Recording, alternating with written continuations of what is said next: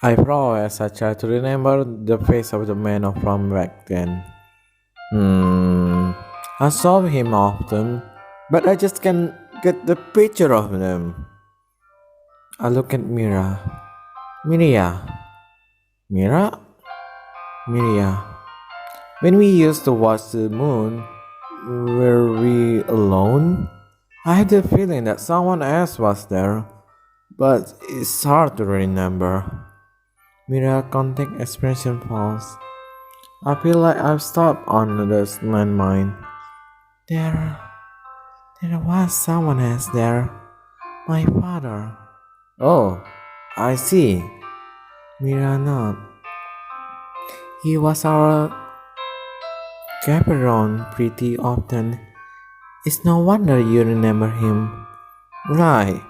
You don't really talk about him much. Was it he like? Naturally, I don't remember his personality at all. I have the freak of feeling he used to be scary, but that doesn't mean much. A lot of adults seem scary when you're a kid. Mira shook her head, hugging her knees close to her chest. Sorry, I. Her words stalled.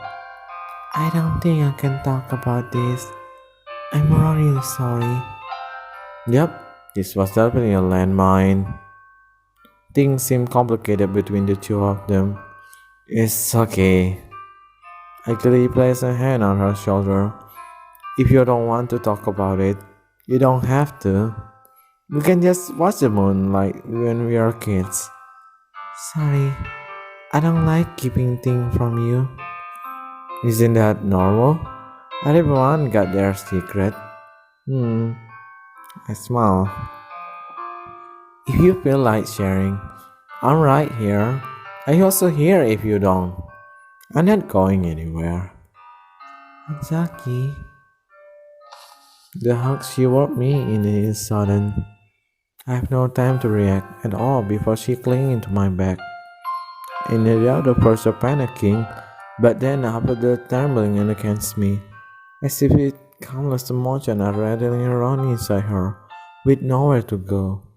If I'm certain, if I were to see her face, see beyond the verge of crying, I can leave her like this. I need to do what I can to comfort her. Hug her back. I return her hug. It's scary how fragile she feels in my arm. The trembling doesn't stop.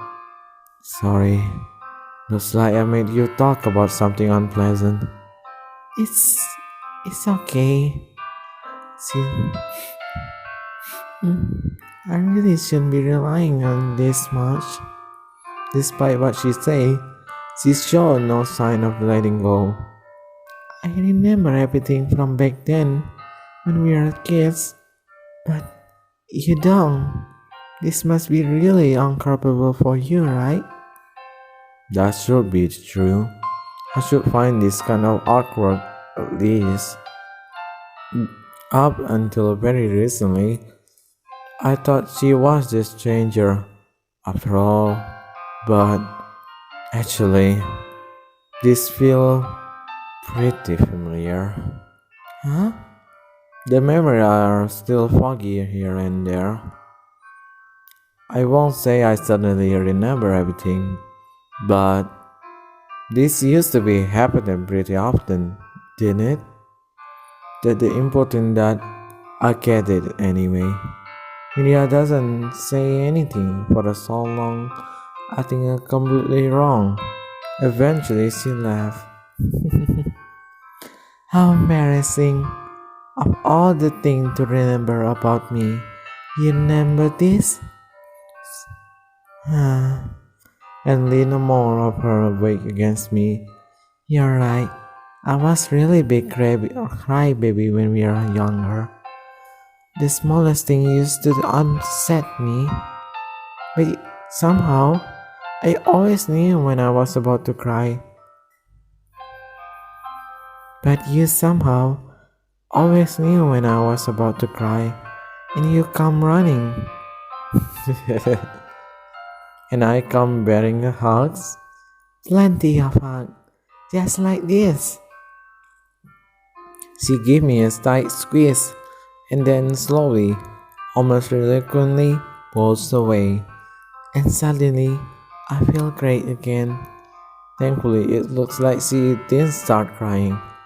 I used to think you had some kind of superpower. Wow, I was really dependable kid back then. You're still dependable even now, Ozaki. She beamed at me. That's why I still. Her words cut off as her face was red. Mm, you still. Nothing. Forget I said anything. Okay. Well, how are you feeling? Miria looks down in her hand. Then don't shake it all. She nods with confidence and doesn't lift her face palm. Perfectly. Recovery.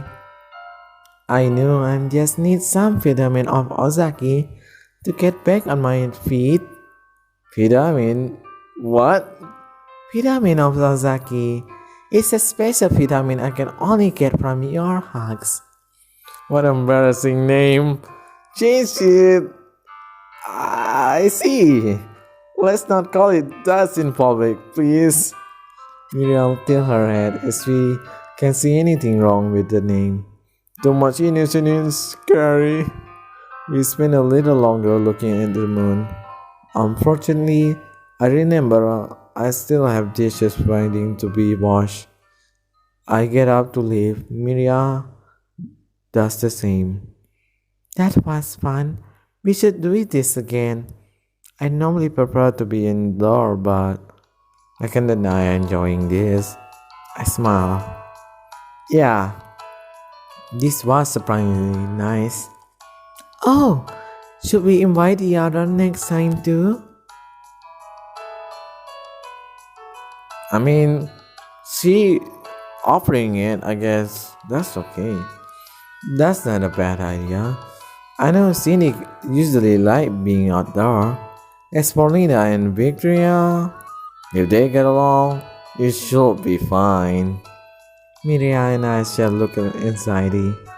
She forced a laugh. I be fine. Probably. Can you look at me in the eye and say that? The tongue sweet and detailed, Ozaki. The rest of us night passed peacefully. The next few days are just peaceful. Victoria carefully picked up one of the free cookie samples on the platter. Watching her examine and carefully, I amazed at how she used to this I am now. But by this point, everyone settled into the routine in the house. Part of Victoria routine is to come shopping with Cindy and me. I thought Miria would want to come too, but she apparently giving a cooking some space. I focus on Victoria again and she take a bite. So, any good? She chewy quiet then nod. It's good. She backed her behind the counter and lets out a sigh relief. You consider Victoria's judgment low at this point. Thank goodness. Victoria casually take another sample. I still don't understand why I ask my opinion on this thing. I'm not a connoisseur here. But you're honest. That's the important part.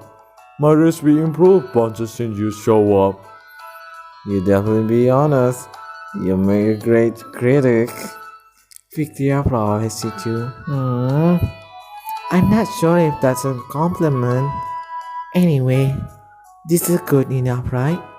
The baker nodded with a hearty laugh. Yup, I sure agree. You get this off the price. Eagerly grabbed the baker her hold out. Score! At price really shouldn't get this happy over the discount food. I put the bread in the cart and we continue our shopping. Wasn't that Cynthia here a minute ago? Ah, she got bored and wandered off somewhere. You weren't keeping an eye on her? I won a rock, paper, scissors, remember? See your responsibility for today. Luckily, we spot. Oh, where did she go? She quickly left. Leaving her there, we walked our way down the grocery list. Suddenly, Victoria stopped. Her gaze glued to the row of the sweets that have been popular lately. The come with a small mascot character that people seem to like. I grinned, stared at them instantly. Guessing you're a fan? She pointed at one of the mascot on the poster. Of course I am. I almost have the entire collection back home. Hmm? And there are over 500 of these? Before I can think too deeply about her obsession, she speaking again. Oh, look at this one. Isn't it cute? Well, the mascot she pointed at seemed to be one of those animal computer thing. This one a cross between a rabbit and a bear. Honestly, it's a little bit weird looking. But should I really say that? It's weird. Well, the other look cute. At least this one just look weird. Victoria, look at me if I'm some kind of barbarian. Are you blind? Look at how adorable it is. His eyes are way too big for his head. That's part of his charm. I pick up the sweet and examine it. Okay, I can see the mascot are a big draw, but how did it taste? She give me a thumbs up. Flowers. Wow. For someone as big as Victoria to give it a higher praise, it must be amazing. Despite how much she seemed to like them, she doesn't ask her for them. It doesn't seem like her pride will let her. She obviously wants them to thought. Buying her for a warm push or over the budget, I should get her some. Continue shopping. Of course I buy it. You want some? Peter's eye lit up with excitement, but she quickly calmed down. I probably shouldn't. We have the other thing to buy, said Dot without staring at them. Are you sure? I don't mind. Peter hesitated this time. Her face crumbled up with concentration. You know what? It's fine. I don't need them. Catching a longing glance at the mascot, she leaving them behind. She distanced herself from the asile. Wow, this is actually painful to watch. And grabbed a handful of the sweet. Before she can argue, I dropped them in her hand. Huh? Osaki? You really don't have to hold yourself back this much. It's fine to be a bit more honest every now and then, you know. But I shrunk. Of course, if you really don't want them, I can put them back. She looked down at the sweet in her hand and gave me a wry smile. As if I could let go of them now that I have them. Well, stop grinning. This side of you is rare. Let me enjoy this. She rolled her eye and pushed me to check out. After the cashier finished scanning everything, she smiled at Peter clenching the sweeter like treasure. Wow, you must really be a huge fan. Peter tried her best to keep a straight face. Well, these aren't for me. They are for a friend. That's all. My body shuddered as I tried to hold my back laughter. Peter quickly jabbed her elbow into my arms to give a big drawing on the spinning wing. I see. I hope his friend gets a combo with the collection soon. I almost, see, almost done.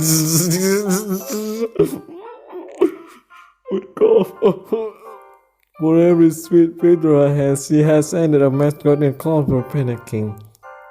She won't know which one of them she got into. She will unwrap them. still seemed incredibly happy just to them. I really didn't picture you to the type of get excited about stuff like this.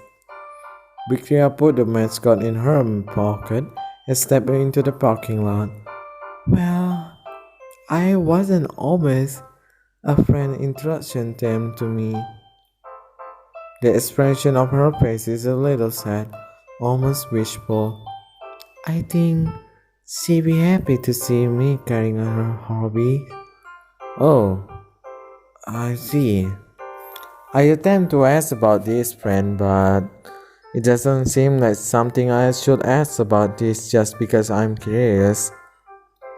For now, it's just nice to see her openly happy about something. Hmm. Did we close Cindy again? I'm right here. She emerged the supermarket a few seconds after video. You almost left without me. You keep wandering off. Ozaki is so mean, isn't he, Victoria? I'm very much like to avoid putting inside here. There's only one side, the side of justice. Right, sure, let's go. We spill our grocery and prepare to leave. I noticed Petra struggling with the weight her grocery bag. Again, somehow, she always managed to pick up Happy's one. The problem is that she never asked for help either. Should I help or wait for her to ask? Let's wait for her to ask. Well, let's see how far she goes. Cindy and I watched Victoria lift the heavy grocery bag. Oh, she did it? Victoria took a few steps and then evilly put the bag down and catch her breath. She picked up art again and took a few more steps. And she put it down again. Victoria, you can seriously be planning to go home like this. I can't do this. Eventually, no, she see reason and directly asked me to help. She handed the grocery bag over to me, and we started the journey home. Victoria so funny and cute, rare. Taking a familiar seat, we passed the time with the ugly shadow until Cindy stopped suddenly. I glanced back at her, and her expression is serious. What's up? Forgetting something? No.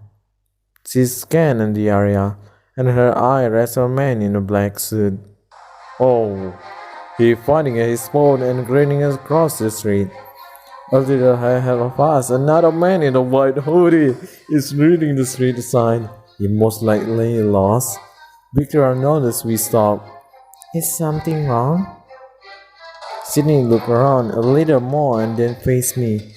Ozaki, brace yourself. Huh? Just before I can ask her what she mean, I noticed someone stopped behind us. He tall and has a broad beard. When he looked at him, he greeted us with a smile. There's no friendly in it though. Hey there. Sorry to block you, but are any of you guys named Cindy? I'm about to respond, but Cindy stepped in front of me. Yes, you guys can stick out more if you try. And you never heard of somebody? The tall man's smiley growled wider. I'm guessing you're Cindy. Then you know who we are. You're goons from the kingdom, right? You made that painful obvious. She pointed the man in the suit playing under his phone. He looked up in a wave. The acting skill of dress. Hire someone new. That tall man laughed. I'll visit with him later. For now, can you quietly come with us? So... I see her muscle tense up. A fighting coming. I stand in front of Victoria and look around. The guy who looked lost in the coming over here. So he is the one in the suit. We surrounded. And if I don't want to, Then I'm afraid I have to insist. He threw the first punch suddenly. Cindy ducked her under an arm and the first one into his gut. The tall man stumbled back, gasping for air. Cindy did a whistle around, throwing her crochet, and then managed to suit. A fall over the weight threw him out of balance. Masaki, go! I hesitate. If I leave her now, I'll be fine. Just move. I grit my teeth and grabbed Victoria's hand. Oh, wait, we can. And drag her down if we stay. I pull her along and we break into run. The man who blocked us and reached for Victoria. I moved to stop him, but there's no need. Keep your hand yourself, pervert. Cindy came running and her foot calling her his face. Her dropped instantly and we keep running. She can win. I have to hopefully thought until I see the tall man sneak up behind her. I am about to warn her, but she's too fast.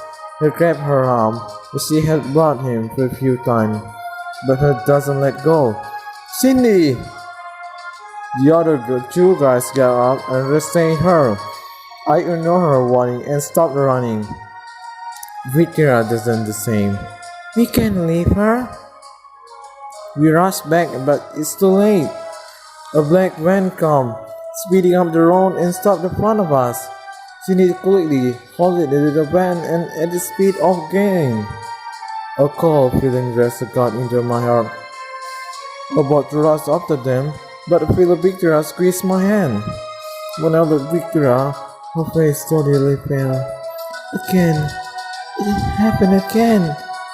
Victoria? Her grip on my hand tighter. I felt to save someone important. Again. And then she collapsed. And it's Mirtia. Okay, this is the end of my princess girlfriend. See you in the next episode.